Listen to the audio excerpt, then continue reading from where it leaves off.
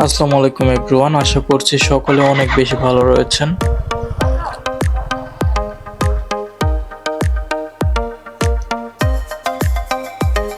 যাত্রা বিরতি শেষে আবারও রওনা দিলাম বীরগঞ্জের উদ্দেশ্যে। এটা হচ্ছে খানসামা রিভার পয়েন্ট। জায়গাটা অনেক সুন্দর। দিন শেষে একটু স্বস্তির আশায় আপনারাও আপনার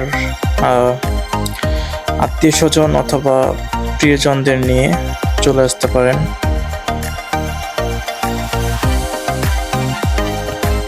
এই রাস্তাটা সচরাচর তেমন একটা ফাঁকা থাকে না, তবে আজকে মোটামুটি ফাঁকা, তেমন যানজট নেই বললেই চলে।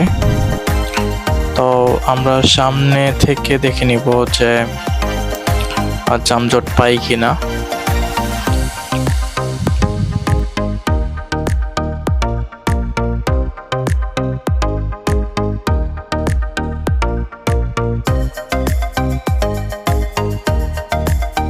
আর রাস্তাটার দুই পাশেই একটু চাপানো। একটা গাড়ি গেলে দেখবেন যে আরেকটা গাড়ি ঠোকার মতো তেমন পজিশন থাকে না, আপনাকে অনেকটা স্লো করে তারপর সামনে থেকে দেখে শুনে তারপর রাইড নিতে হয়।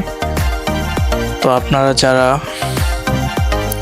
এই রাস্তায় চলাচল করবেন অবশ্যই সাবধানতা অবলম্বন করে দেখে শুনে তারপর ড্রাইভ করবেন। এই রাস্তায় মোটামুটি বলা যায় যে হাইয়েস্ট 60 থেকে 70, এর বেশি স্পিড না তোলাই ভালো।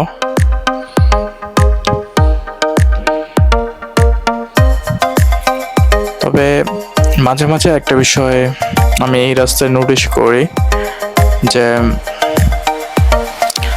রাস্তার মাঝখান দিয়ে যে অটোগুলো থাকে, দেখবেন যে রাস্তার মাঝখান দিয়ে চলাচল করে, সামান্যতম সাইড দিয়ে চলাচল করা উচিত। দেখেন এই যে এই সামনের অটোটা কিভাবে মোটামুটি রাস্তার মাঝখান দিয়ে সে সামনে এগোচ্ছে।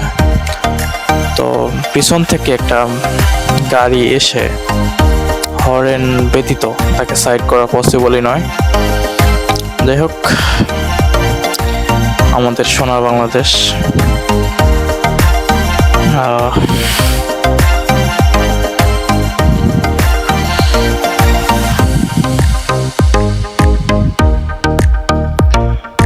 মোটামুটি এই রাস্তা ধরে আমাকে প্রায়শই যাতায়াত করতে হয়।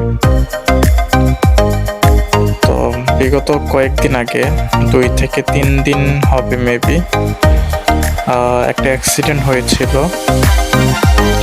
তো আমরা যারা রাস্তায় চলাচল করি, শুধু বাইক না, যে কোনো গাড়ির ক্ষেত্রে এটি হতে পারে।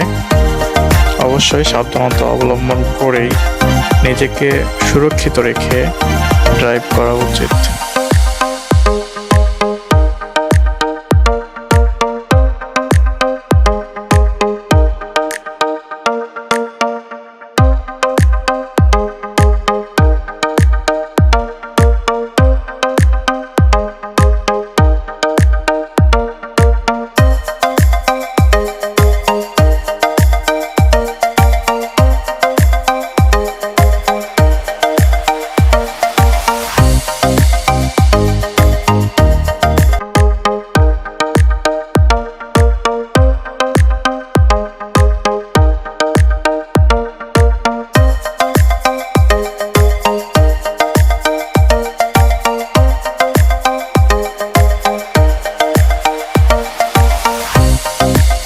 এখন সেই ঐতিহ্যবাহী প্রেমবাজার নামে বাজারটিতে অবস্থান করতেছে।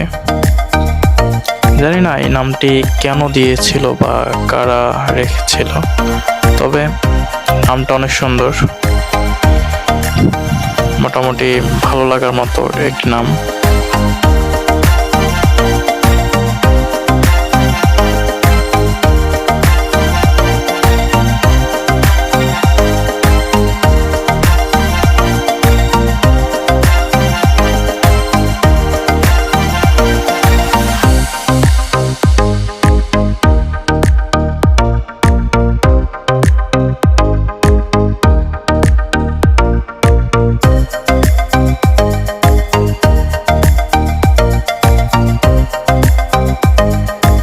আমার গন্তব্যস্থানে চলে আসছি।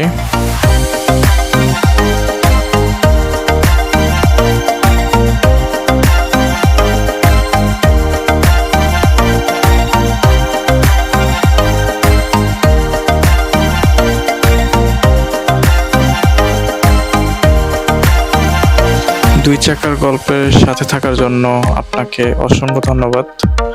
আবারও দেখা হবে, কথা হবে কোনো একদিন ইনশাআল্লাহ। আল্লাহ হাফেজ।